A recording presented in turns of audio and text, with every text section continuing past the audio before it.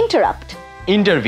Intervene কথাটা সাধারণত হস্তক্ষেপ অর্থে ব্যবহৃত হয়। ফর এক্সাম্পল, রাস্তায় দুটো মানুষের মধ্যে ঝগড়া লেগে গেছে এবং ঝগড়াটা এত ইন্টেন্স হয়ে গিয়েছিল যে পুলিশকে হস্তক্ষেপ করতে হয়েছে। তাহলে আমরা কি বলবো? The police had to intervene in the fight. So এই যে হস্তক্ষেপ করলো পুলিশটা, এটাই হচ্ছে ইন্টারভিন। আমি যদি সাকিবের কথার মাঝখানে ব্যাঘাত ঘটাতে চাই তাহলে আমি বলবো I interrupted Shakib while he was speaking. ওটা সব সময় করে। অর্থাৎ ইন্টারাপ্ট মানে হচ্ছে কি ব্যাঘাত ঘটানো, আর এটা একটু সাধারণত নেগেটিভ কোনোটেশন থাকে। অর্থাৎ আমরা যদি বলতে চাই যে বৃষ্টি এসে খেলার মাঝখানে ব্যাঘাত ঘটিয়েছে, we can say the rain interrupted the game.